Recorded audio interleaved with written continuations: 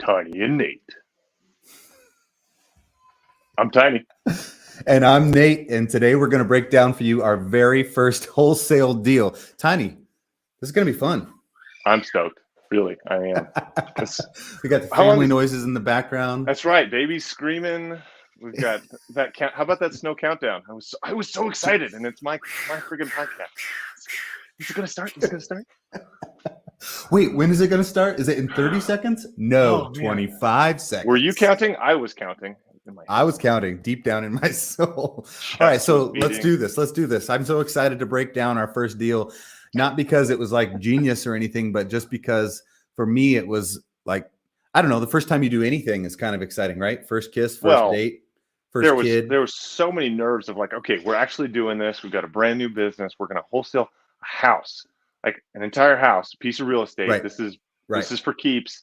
Oh my gosh. Right. Like the nerves involved, I don't want to screw it up. I don't want to get it wrong. Contracts. So, yeah. You say the wrong thing. Yeah. This is like real property. This is a big deal. Like, don't screw it up. So all the fear. Other people's lives, real people's lives. Yeah. Their finances, all that stuff. So today I'm excited to interview you and kind of ask you, because this was your deal. I mean, you took this, you found it, you took it all the way to close, and I helped a little bit, but I'm curious kind of what was in your head, and I'm stoked to share with everybody else. We're not superhumans. Like we have the same fear. But what we're going to get to at the end of this, I'm really excited about kind of the secret, so to speak, of I think any real success. And it's not rocket science, but it is hard. So we're going to talk about that later, but let's just dive right in. So how did you find this first deal? Tell us about it. Right. The first deal. So I mean, we had a marketing budget, but the very first deal was a free lead. And I'm kind of loath to tell everybody because if I tell them where to get these free leads, they're going to go take them all. No, the reality is our very first deal came from the Facebook marketplace. Oh no, and, Facebook. Yeah. Facebook marketplace. And what it was once I knew we were going to get into real estate investing, I learned about wholesaling. I was watching all the YouTube videos, kind of binge watching it. And, I don't remember if somebody mentioned this or if it just occurred to me, but I went looking on the Facebook marketplace for rentals, and I found this really crappy looking house that somebody was trying to rent. Actually, the house wasn't all that crappy. It was broken apart a little bit, but what it was the photos were so poorly taken that triggered me in. And I was like, hey, I'm actually looking to buy a place instead of rent a place. Would you consider an offer? And that's when he pinged me back. That's awesome. So I'm sure someone's like, Facebook Marketplace, you can wholesale deals on that? What? No, it's not a wholesale software.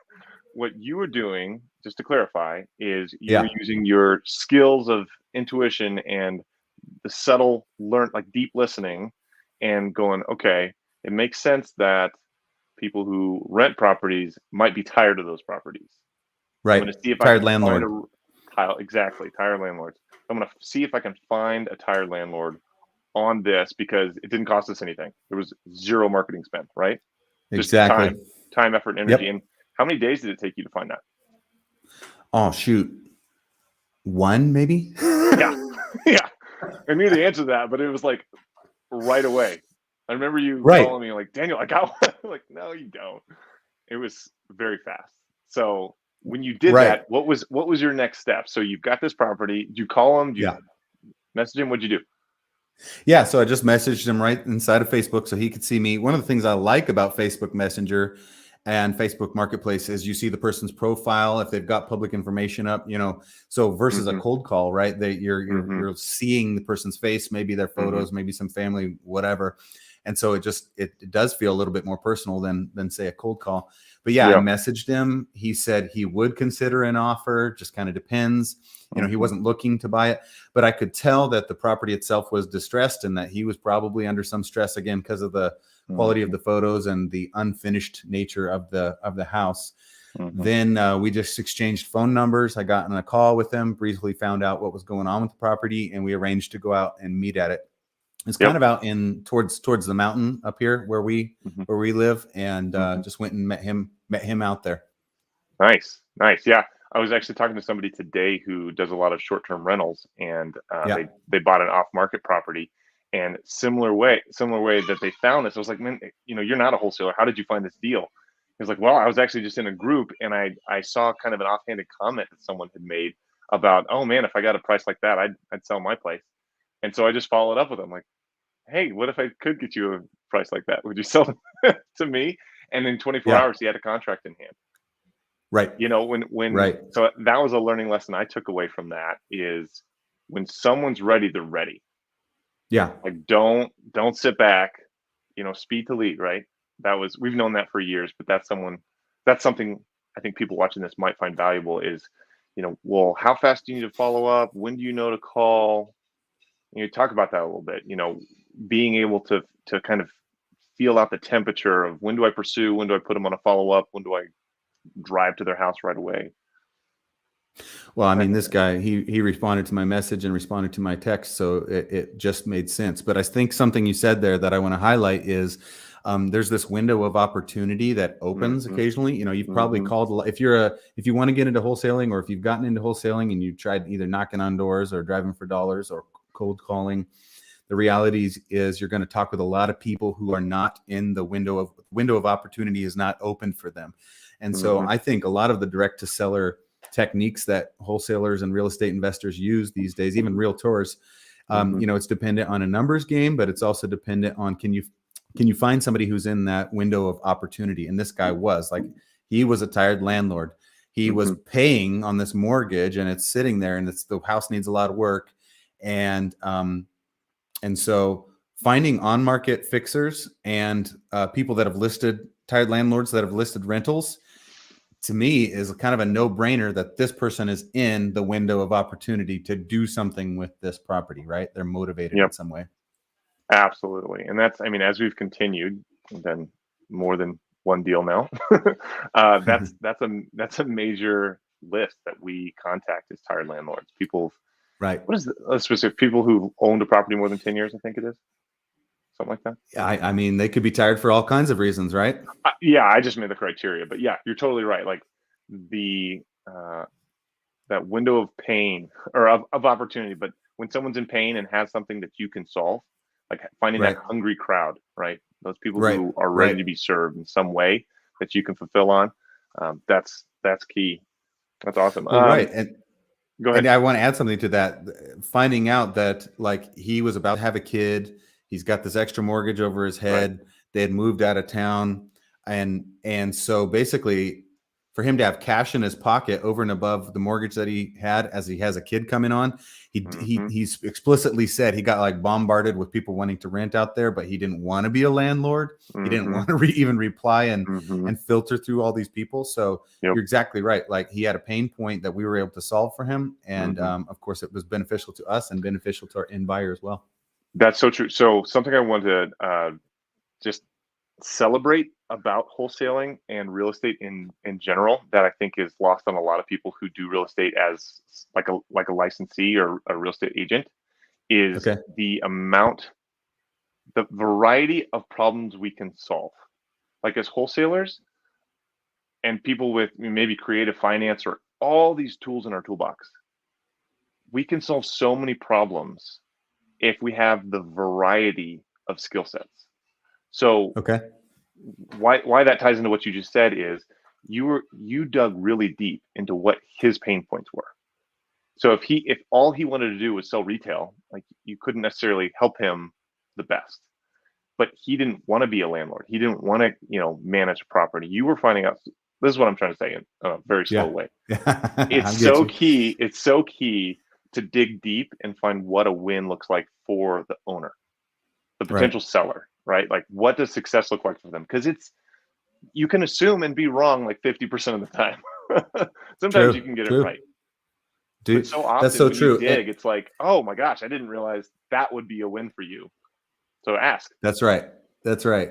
And dude, you should have seen me. I mean, talking about nerves at the beginning of this call, you were saying, I think one of the things you love in life is people that take massive action. And I don't even remember where I found the purchase and sale agreement documents and whatnot. And, you know, they might've been the wrong ones or from the wrong state or whatnot, but this is somebody that wants to sell. I'm going to learn this as I go. And then, you know, taking it to title and escrow and getting their help, making sure all our T's are dotted and T's are crossed and I's are dotted. There you go. it ended up working out. But I just wanted to mention one other thing. While we're sitting there out at the house, you know, there was a micro relationship that got started, and he ended up sending me home with a bunch of bacon and like sausage that he handmade. I don't know. It was kind of bizarre, but it was fun as well to, you know, make that human connection, get them the cash they needed, get him out from underneath that mortgage debt.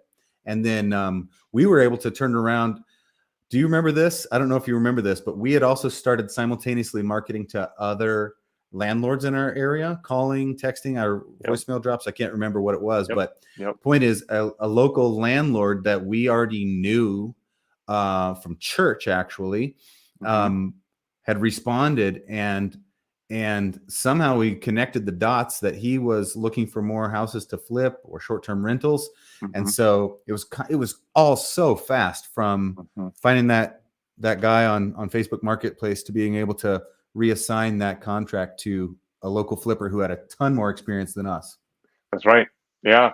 No, it's amazing how fast that can happen. And sorry, I'm just stuck on the you had free bacon and I didn't know about it. That's just I don't remember that part, so not cool. It's one of the perks of being in Washington instead of Idaho, you big jerk. I was there at the time. I lived there. You were? Yes. And I didn't share the bacon with you? That's the point. I'm the jerk. Knows. Yes. I'm the jerk. That is the point. And that's all I wanted to say today. Thanks for watching, everybody. No. You're totally right. So the fear can be so it can just stop you in your tracks. You can do a ton of research. You can watch thousands of hours of YouTube. You can have a doctorate on YouTube, but never apply it. Tiny froze. Oh, I'm here. Can you see me? Did you freeze? Did we both freeze?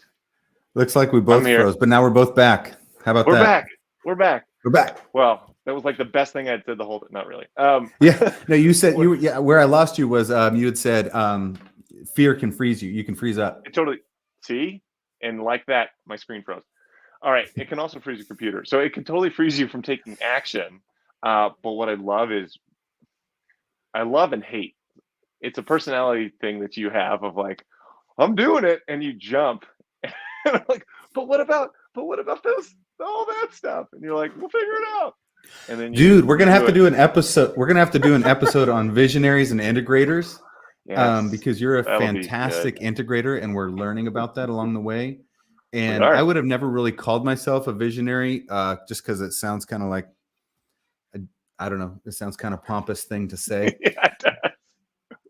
And I don't feel all that visionary when I'm taking massive action, but it's just sometimes it feels like, like you're saying, just I think when you're working in your sort of your core strengths, it's invisible to you, or it can be more invisible to you. So I definitely want to break down the numbers on this too, because I'm sure people are curious how much we made off our first deal. Don't you think? I think so.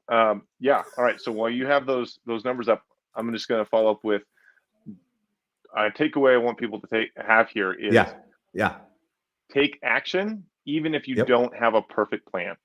And combine that with find a mentor and work with great people. Right. So if you are watching someone like us or someone on YouTube and you kind of understand the basic things, like don't just go into this with no research. That's stupid. But do your research, but then take action. JV with somebody, joint venture, like partner up, mentor, find someone who's doing this and go like, hey, how can I serve you? Can I take anything off your plate just to learn? That's a great way to get into this.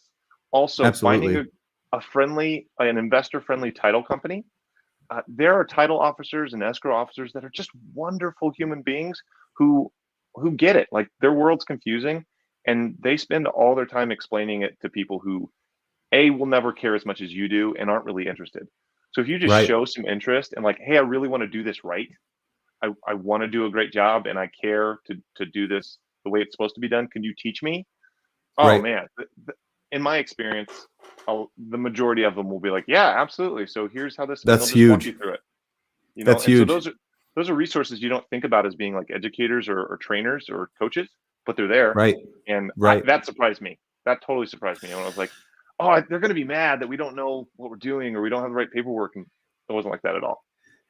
Absolutely. And I think finding a friend that had done 20 flips the year before Hmm. and who could recommend a wholesale Yep. and flip and investing friendly title company. If you don't Hmm. have that yet, where could they go? I think, if Facebook investor group in your local market.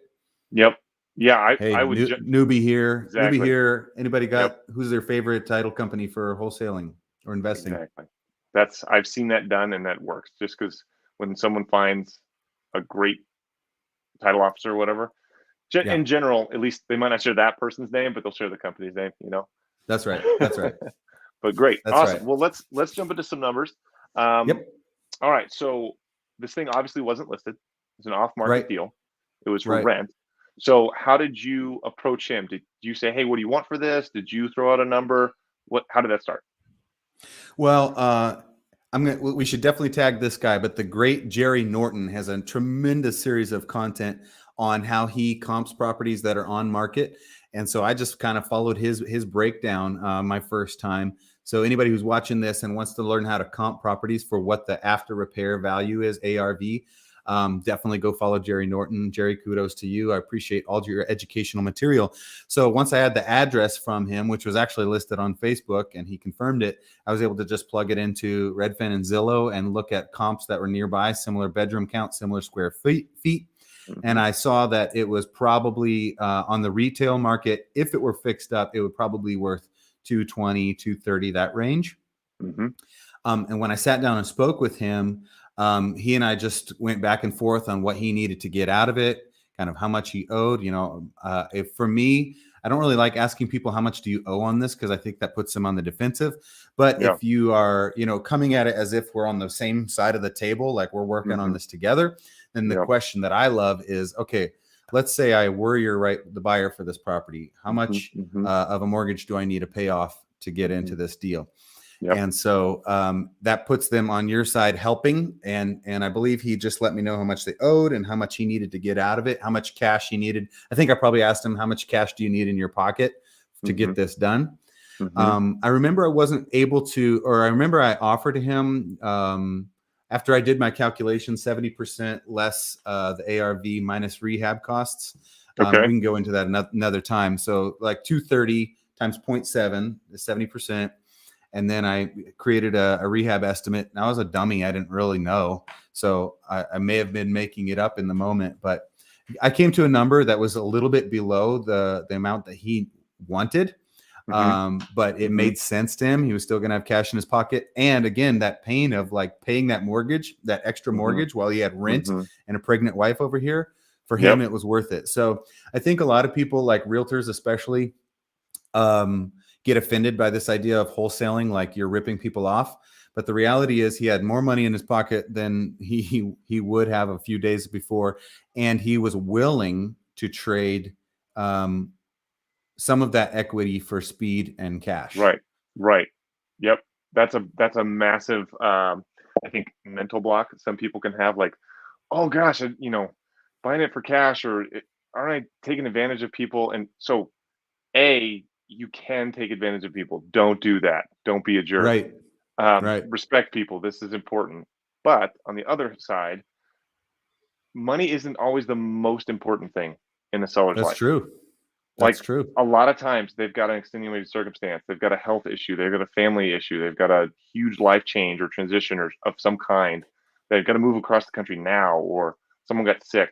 So it's not always like you're not their real estate agent. You are not working on behalf of them. You Right. And are yeah, that's true. buying And the property, saying, that's "Hey, right. I can do this if that works for you." And we always Right. go for what? A win-win, right? Mm-hmm. This is Mm-hmm. not something that you high pressure sell somebody. You go, "Hey, here's your options. Here's what we can do for you." If that makes sense, Yep. awesome. If it doesn't, no problem. Absolutely. Well, and you're hinting around something that I've really appreciated about Mm, Pace Morby. yeah. He'll let people know if he's not the right buyer. I'm probably not the right buyer, Yep. and if he can find a way still to work with them to get what Right. they need, great. But he'll let them know right off the bat if he's not the right buyer for that property. Mm-hmm. And I do think that pullback allows people to feel nobody wants to be sold, but everybody wants to, do a deal that makes sense for them. And so Yep. if you give people the right to say no, Mm-hmm. that's another thing I've learned from Pace and his team is getting those upfront agreements where you're like, hey, I just want you to know it's okay if you say no. And I would ask from you that it would be okay if I say no to you. Are we both in Absolutely. agreement? That's really Absolutely. powerful. Pace Morby, for those who might not know the name, is with what organization? Huh. Sub two. Pace Morby. Yeah, So, he's got about 10 different businesses, but you're my he is hat here. The Pace Sub Morby. Sub two. Pace Morby, the There you man. go. Sub Yes, two. the one, the only. That's right. Yeah. No, he's awesome, and just the creative genius that he has in real estate to be able to solve problems, handle objections, work with people, and really almost help them get out of their own way. I love Right. that. It's these Right. ninja skills that are subtle, and you're if you use them for good, if you realize you can help somebody and get them That's out of right. a hard place that they're at or they're gonna be and they don't even realize it, you can Right. help maneuver them to that point. And that That's pullback right. is a phenomenal tool of like, probably not the Ru- right buyer for you. Oh It well, it is. No, it totally is, and it gives people permission to ask questions like why. So we got Yep, it under contract for 127. yep, Went to okay, that flipper that we had connected with through our other marketing to hmm other landlords in town, and assigned it for 150. Again, the ARV was like 220, 230, somewhere in that range, according hmm to hmm my rookie estimates. So he was hmm getting a deal. The guy that was selling got cash in his pocket, yep, take care of his family, got rid of the mortgage that was over his head. And so we hmm made a $22,000 spread on our very first deal from a free lead from Facebook Marketplace. boom. That's huge. That's so huge. Oh, that's an awesome win for everybody. I love that because, yeah, like we've said at length, a win for this guy. He was in a bad spot, and he didn't really have the emotional. He was working a full time job, had a new family, and he didn't really have the Baby on the capacity way. to go fix it up, list it, do all that stuff. Like he needed a solution pretty fast. So to Yep. be able to come in, go find him, he didn't have to come find us. Go find him. You went and approached him, offer him that solution, and I remember that guy was stoked. Like I got text messages from him while I was doing the closing process, and he was just so appreciative. Yeah. Um, that was really cool. That was really Right. impactful. Anything else? Any other learning lessons you want folks to take away from this one in particular, or anything that I surprised think you you've already about it? said. I think you've already said it. Taking massive action and Yep. find a deal, find a buyer. You can do both at the same time.